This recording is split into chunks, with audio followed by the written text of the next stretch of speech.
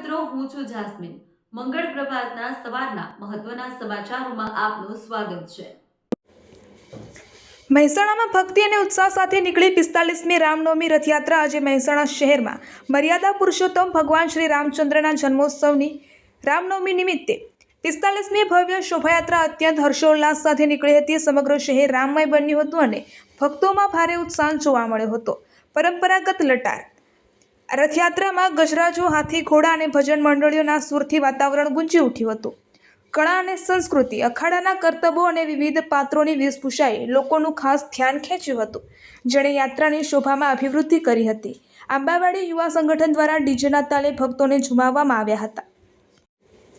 મહેસાણાના સેવાભાવી સંગઠનોએ ઉમદા ઉદાહરણ પૂરું પાડ્યું હતું. બજાજ ફાઇનાન્સ મિત્ર મંડળ ભક્તો માટે બુંદી અને ગાંઠિયાના પ્રસાદની વ્યવસ્થા કરી હતી. આંબાવાડી યુવા સંગઠન ગરમીને ધ્યાનમાં રાખીને દરેક ભક્તોને વિનામૂલ્યે આઈસ્ક્રીમ પીરસવામાં આવી હતી.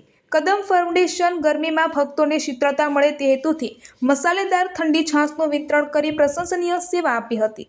આ પ્રકારના સામાજિક અને ધાર્મિક પ્રસંગો મહેસાણાની એકતા અને સેવાભાવના દર્શન કરાવે છે.